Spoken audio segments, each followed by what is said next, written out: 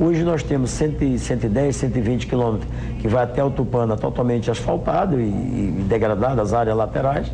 Depois temos 400 quilômetros que vai do Tupana até a divisa com o município de Humaitá, que é uma área onde tem uma biodiversidade muito rica.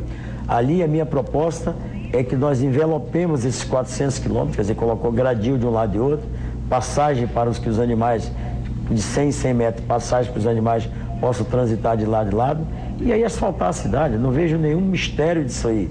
Juntarmos as forças políticas, todos nós juntos, mas o Amazonas precisa ter necessidade de ter o direito de ter uma saída para o resto do Brasil. Afinal de contas, a maior parte dos consumidores que consomem os produtos produzidos na Zona Franca de Manaus estão no sul e no sudeste, e hoje o custo é muito alto de levar esses produtos, como também de trazer as matérias-primas para cá.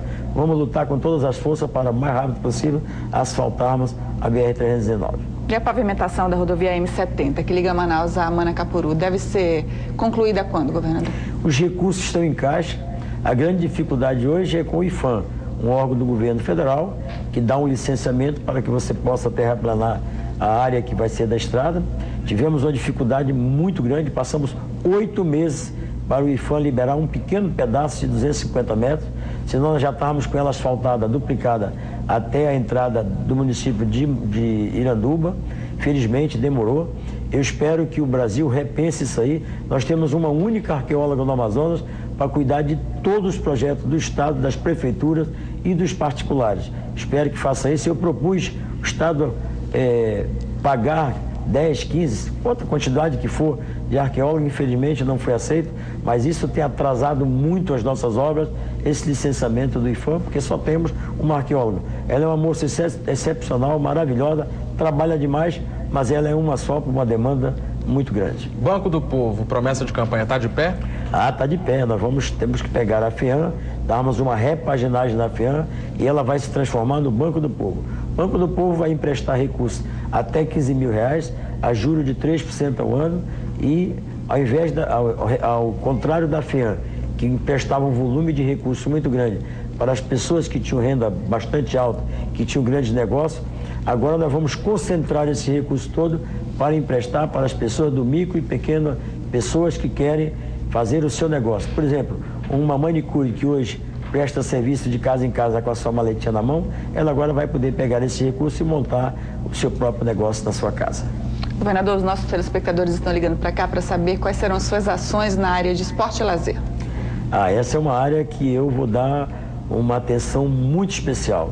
Eu, antes da campanha, tive contato com muitos empresários e apenas um desses contatos que eu tive não quis conversa, mas os outros todos foram muito receptivos para que a gente possa juntos fazer um grande fundo, para que a gente possa, com isso, fazer essa parte de esporte e lazer, que é fundamental para a construção de uma vida integral das nossas pessoas, mas é também muito importante para que a gente possa enfrentar essa questão do tráfico de drogas. Na medida que o Estado e a sociedade se juntam para termos atividades sadias, à medida que isso acontece, nós vamos afastando do seio da sociedade essa questão do tráfico de drogas.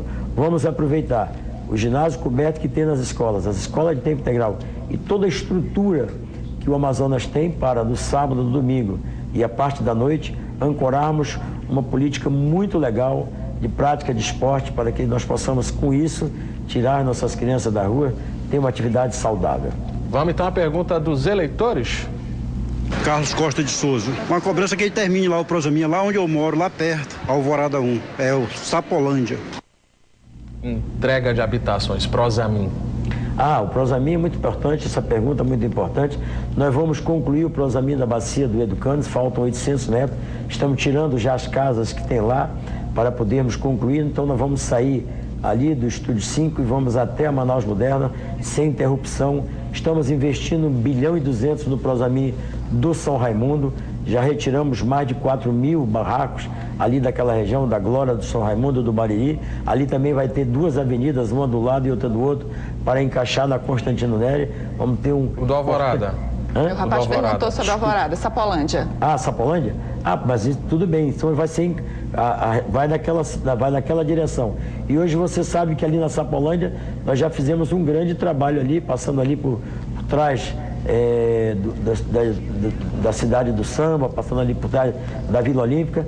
Agora nós vamos prosseguir, porque falta apenas 2 pequenos pedaços para que a gente possa encaixar todinho e concluir a Sapolândia. Mas, por falar em Prosamin, nós também vamos fazer o Prosamin da Cachoeira Grande, fazer também o Prosamin da Chácara, o Prosamin da São Sebastião e o Prosamin do Crespo. Os recursos já estão em caixa, nós já estamos retirando as famílias. José Melo, governador reeleito do Amazonas, muito obrigado pela participação aqui no Amazonas TV. Seja sempre muito bem-vindo. A gente deseja de coração que seja uma boa gestão, que consigamos resolver uma parte importante dos problemas que afligem hoje a população do Amazonas. Obrigado, Rubens. Obrigado, Cléo. Fiquem todos com Deus. Obrigado, governador. Bom trabalho Sucesso no seu governo. Muito obrigado.